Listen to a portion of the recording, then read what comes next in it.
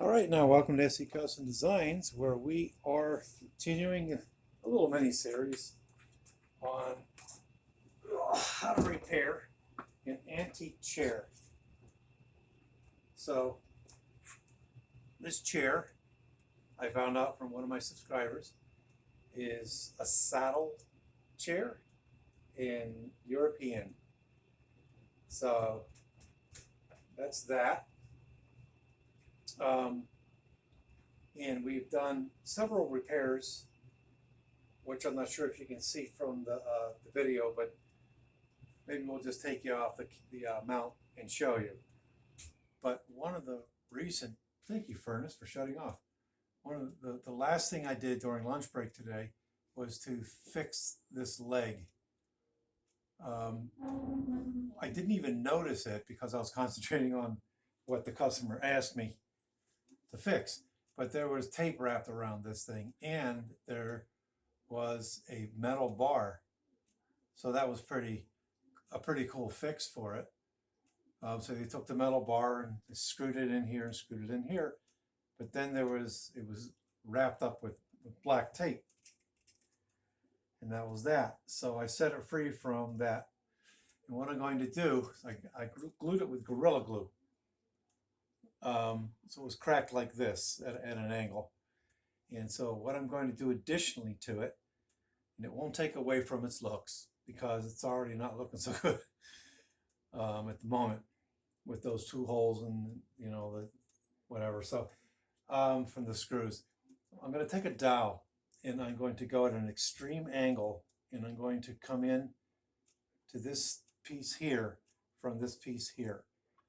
So we're going to go ahead and do that.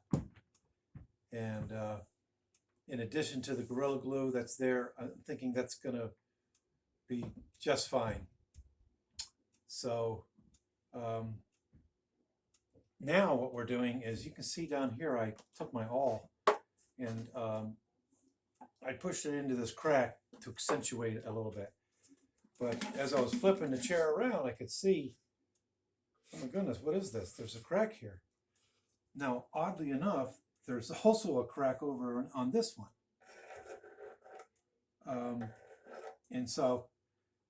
And I saw some nails in there, so they just sort of nailed it together like that. So apparently that's an issue with this design, I guess. I don't know. Coincidence? So what it's a very simple fix is to conservatively take something like an awl, push open the crack. Don't get old, because your joints start saying don't get down there.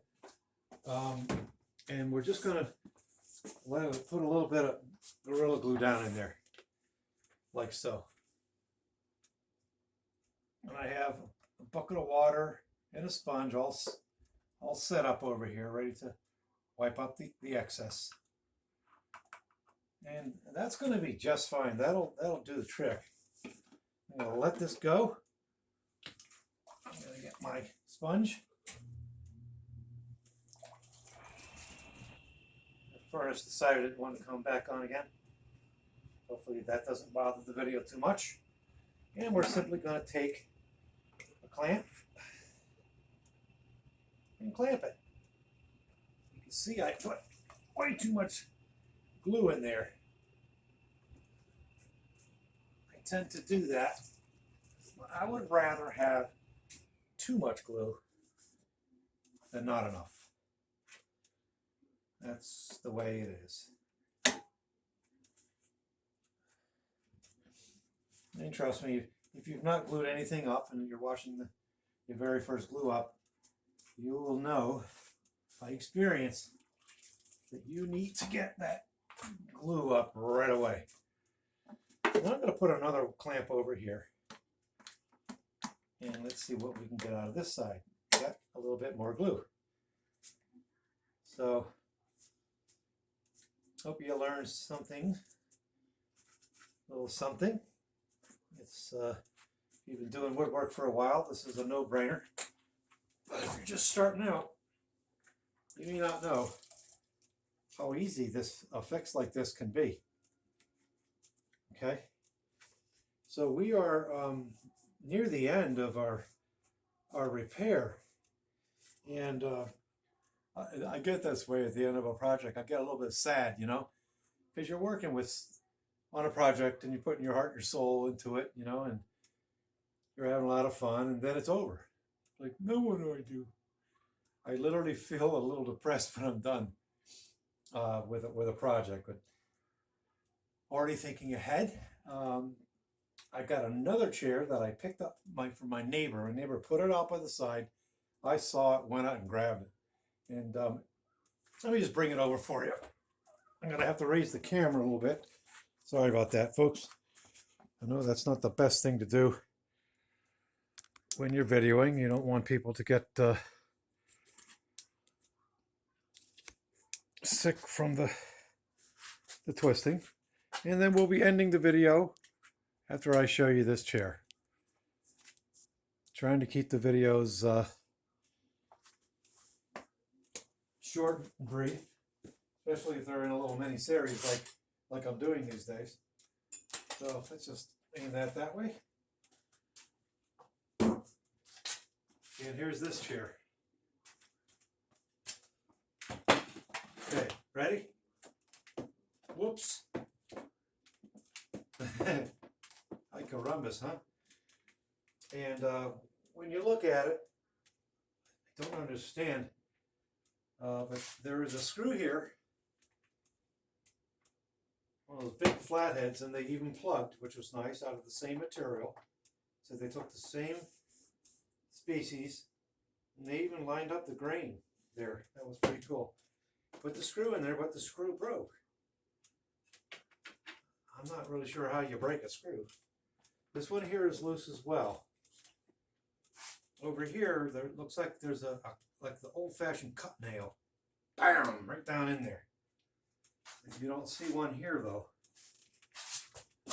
So was that their way of fixing it? I couldn't tell you. So I'm quite looking forward to fixing this guy. And if we flip it over, we could see the mortise and tendon joinery here.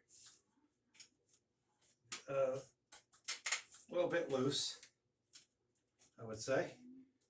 So what I'll do is I'll essentially back them out very carefully and re-glue them. Clamp it back up and re-glue it. So, pretty cool little chair here. I like it. Really like old stuff like this. So we'll repair that in the next one.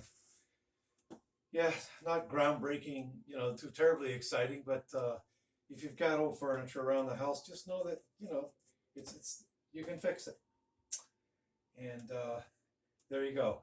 So for all I know, I kind of got into a little bit of a, I'm going to take some chances and sit down here, a little bit of a niche, you know, and that is, gotta be careful, repairing antiques. So it's been a lot of fun. I see at least 2 more mini videos coming out of the series because I have to now sand down and shape some of the pieces on the unit here. And then I have to color match. So I have to look into how we achieve that. I've never really had to color match anything existing. So we're gonna have to do that. And then return it to the customer. The customer is Albergo Allegria, probably screwing up the name, bed and breakfast on a Wyndham, New York. If you want to get spoiled, go down there. Leslie and Yana will really spoil you. They have a lovely bed and breakfast. Second generation running this in. And they'll make you feel so special you won't want to leave. But so we had our honeymoon there 30 some, I don't remember how many years ago, 4, 5, 6, 1986.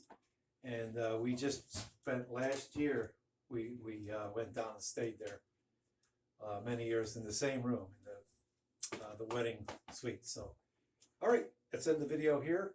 Thanks for watching the series. Just look it up. This will be I think number 5, and I try to keep them short so you can watch the progress of my projects. Take care. We're going to say our usual goodbye. Shalom alecha, Israeli, Hebrew for goodbye. And masalami, Arabic, let there be peace upon you. Tutsins, Afrikaans, see you later, or bye. And zaijian, Mandarin, zaijian. And in English we say, see you later.